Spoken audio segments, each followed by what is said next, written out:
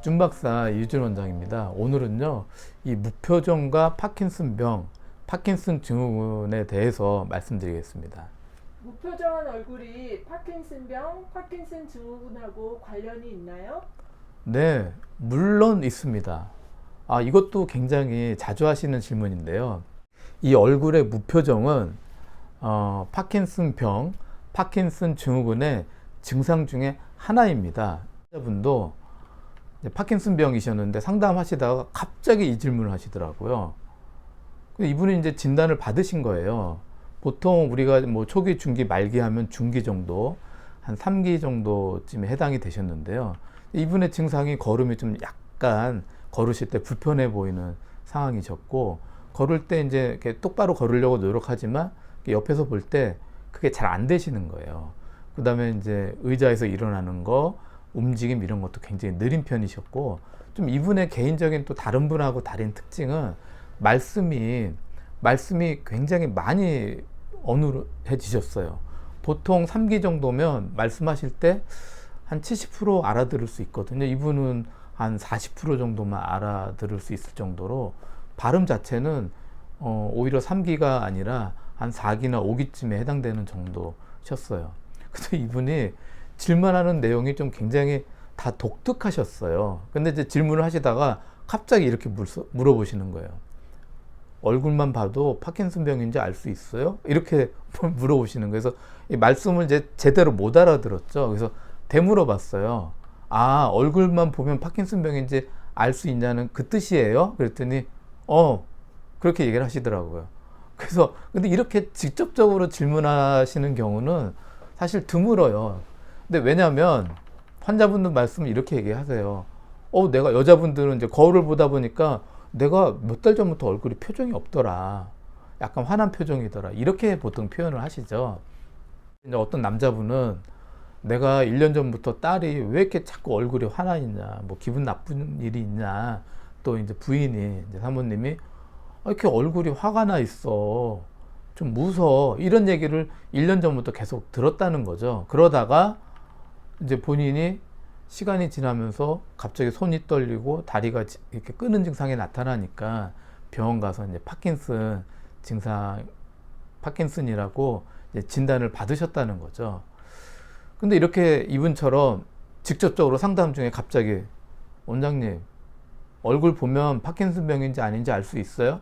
이렇게 질문하는 경우는 이렇게 드물어요. 일단은 파킨슨병, 파킨슨 증후군의 증상 중에 이 무표정, 이게 이제 같은 말로 화난 얼굴인 거죠.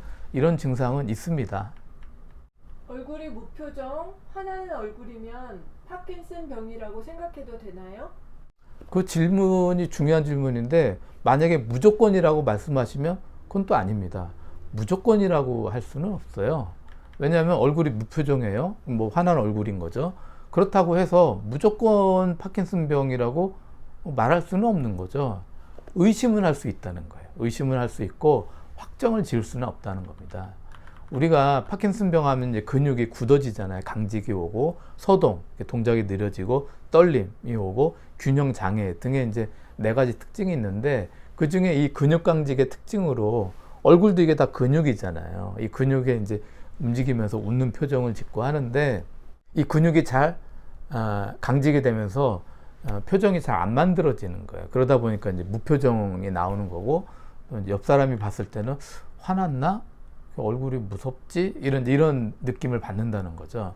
그렇지만 이 증상 하나만으로 무조건 파킨슨병이다 라고 할 수는 없어요. 왜냐하면 이 무표정의 증상은요, 파킨슨병에서만 무조건 나타나는 건 아니에요. 다른 병에도 이런 게 있어요. 좀 들어보기 어렵지만 전신성 견피증, 또는 같은 말로 전신성 경화증, 이게 이제 일종의 자가면역 질환인데요. 이 병에서도 무표정이 나타나요. 어떤 경우냐면 이게 피부가 딱딱해지는 병이에요. 그러다 보니까 온몸의 피부가 딱딱해지는데, 이게 좀 심해지면 얼굴의 피부도 딱딱해져요. 얼굴의 피부가 딱딱해지면 어떤 일이 생기겠어요? 웃는 표정이 안 만들어져요. 피부가 딱딱해지니까 표정이 안 만들어진다고요. 심한 분들은 음식도 씹는 게 조금 어려워 하세요.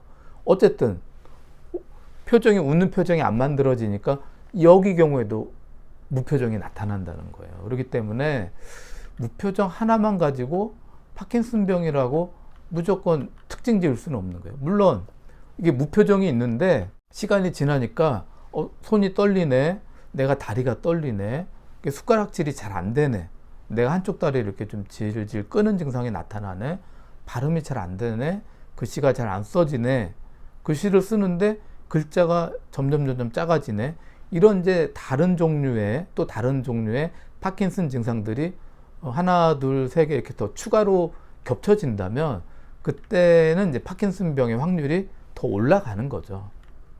그러면 무표정의 증상이 나타나면 어떻게 해야 되나요? 이거 중요한 질문입니다. 아까 말씀드렸잖아요. 여자분이 이렇게 거울 보다 보니까 내가 이상하게 자꾸 얼굴 표정이 없어지지?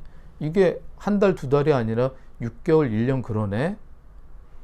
그리고 남자분이 따님이 아빠 얼굴 좀 펴. 왜 이렇게 환한 얼굴을 해? 부인이 아니 왜 이렇게 자꾸 얼굴이 웃는 표정 좀 해? 이런 얘기를 6개월 이상 들으시면 꼭 검사를 받으시기를 권합니다. 이럴 경우에는 대학병원 가셔서 정말 이게 파킨슨병, 파킨슨 증후군의 시작인지 아니면 뭐 아까 말씀드렸던 전신성 견피증, 그 자가면역 질환의 증상인지를 검사를 통해서 꼭 확인하시길 바랍니다. 아까 말씀드렸던 이제 환자분이 있었잖아요. 이제 이분의 특징은 이제 초기에는 이분은 발음이 잘 안 되셨대요. 그리고 이제 걸음도 되게 느려지고 하면서 이제 증상이 파킨슨의 그 병의 증상이 시작이 되다가 나중에 이제 그 무표정은 나중에 좀 몇 달 지나서 나타났다고 하시더라고요. 이제 그러다 보니까 이제 대학병원 가시게 됐고, 그 다음에 이제 뇌검사 하셨고, 그래서 파킨슨병입니다라고 진단을 받으셨다고 하더라고요.